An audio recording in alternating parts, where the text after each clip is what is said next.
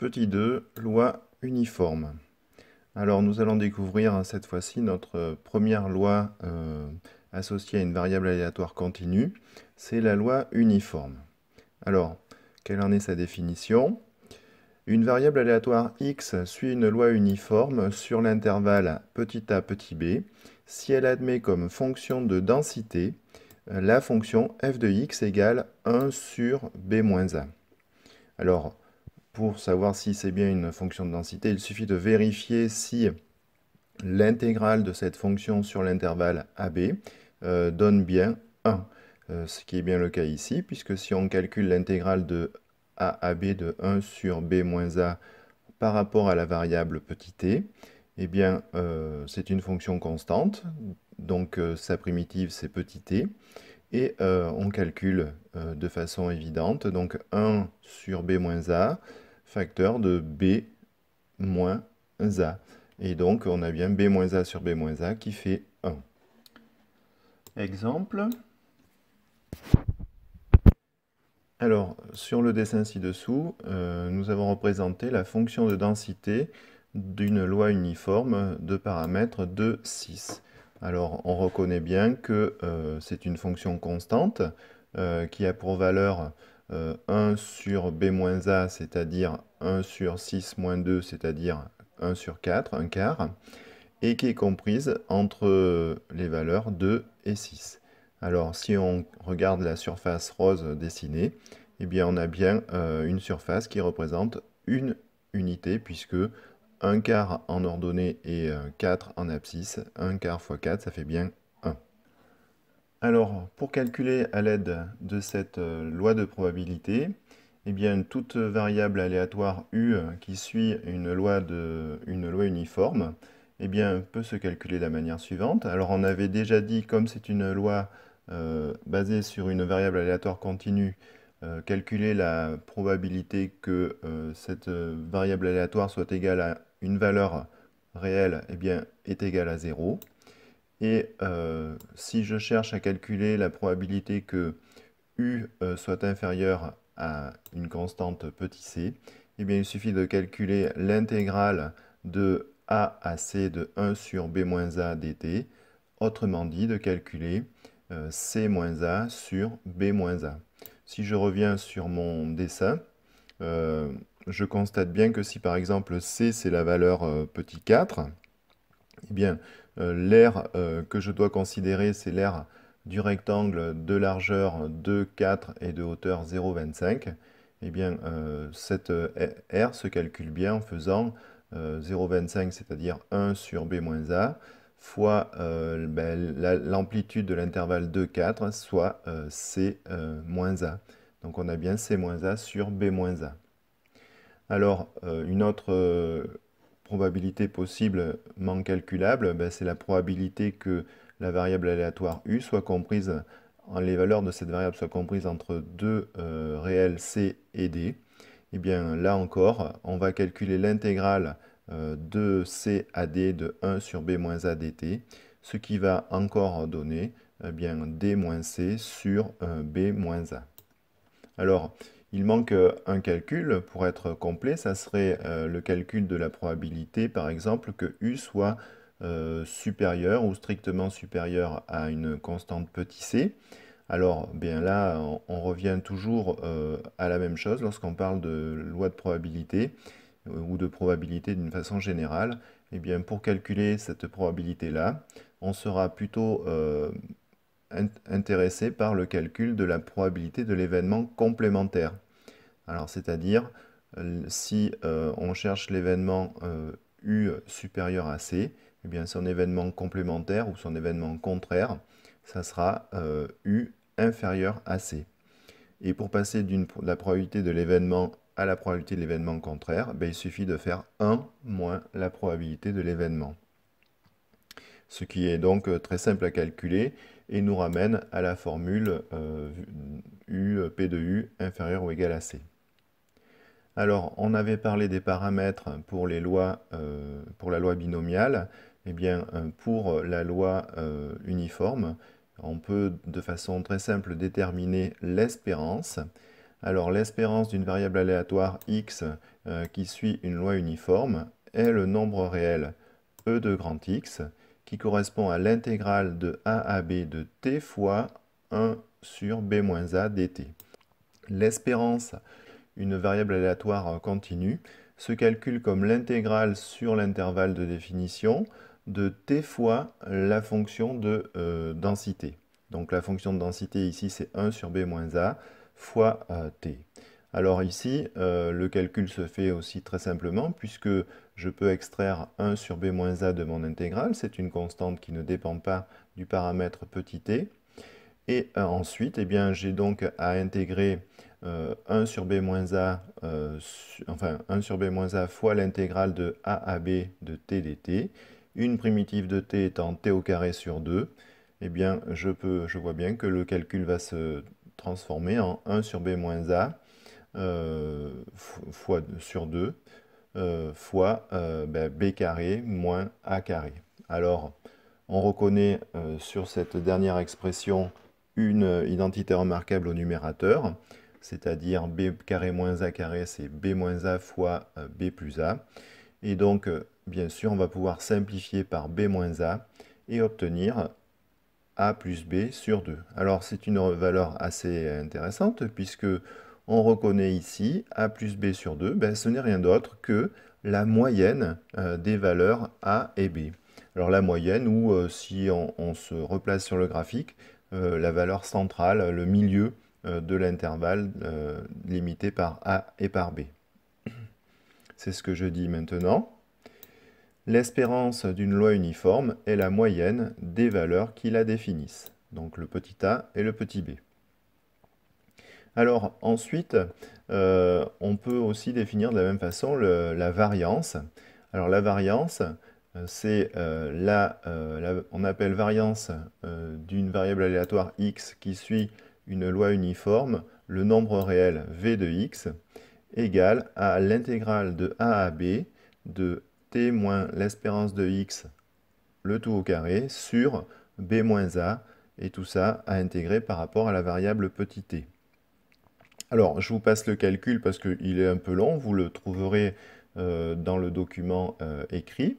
Alors, il faut remplacer l'espérance par son expression en fonction de a et de b, puis ensuite, eh bien, calculer une primitive de la fonction ainsi formée. On peut bien sûr extraire encore 1 sur b moins a de l'intégrale puisque c'est une constante.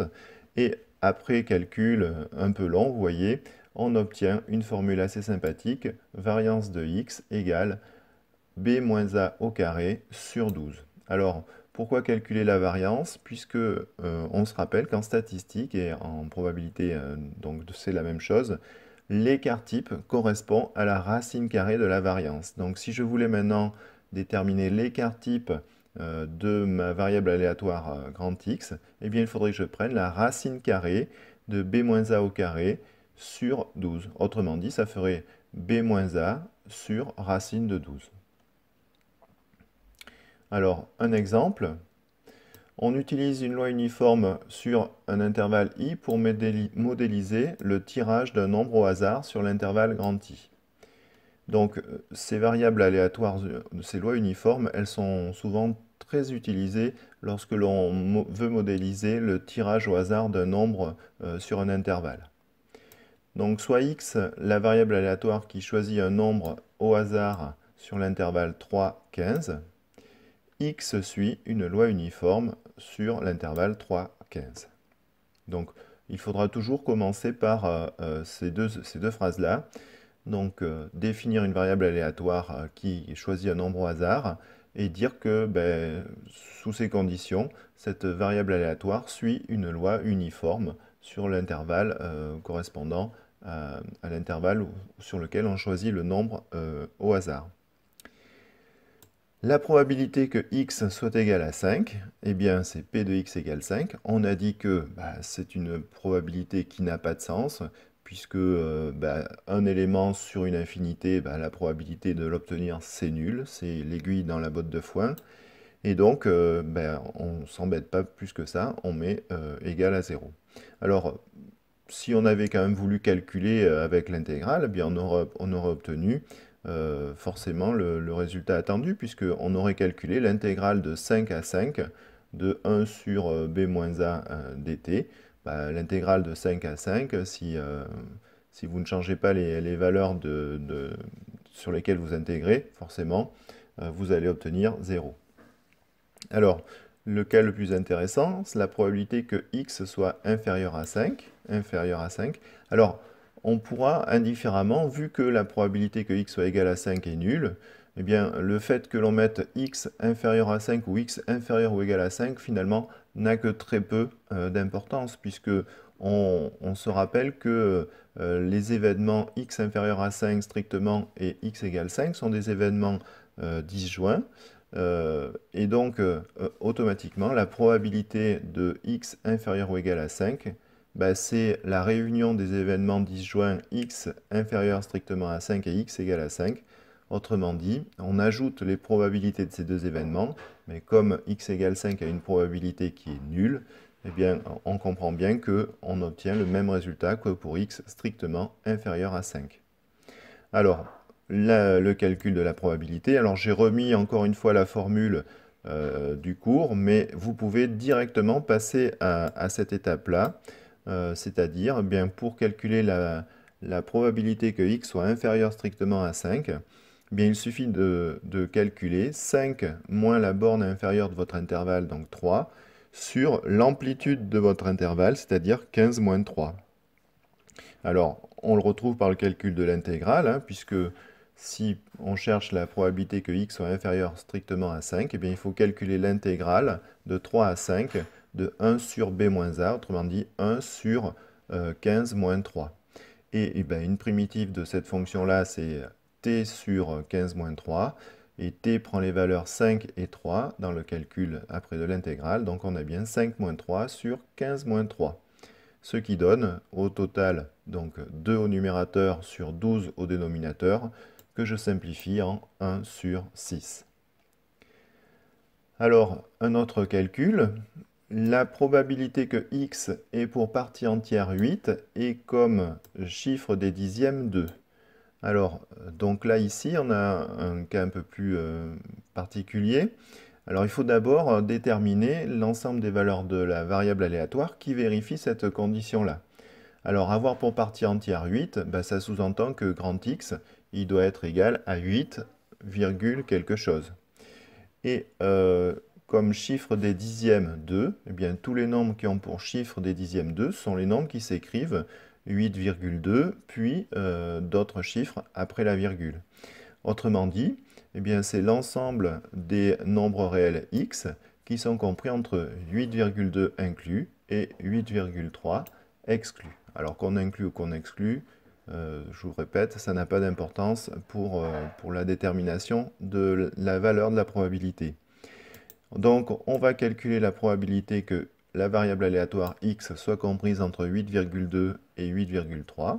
C'est donc l'intégrale de 8,2 à 8,3 de 1 sur 15 moins 3 dt, ce qui fait donc 8,3 moins 8,2 sur 15 moins 3, autrement dit, alors 1 sur 120, alors pourquoi? Puisque entre 8,2 et 8,3 on a 0,1, et 0,1 sur 15 moins 3, autrement dit sur 12, eh bien si je transforme en une fraction, j'obtiendrai bien, en multipliant par 10, 1 sur 120.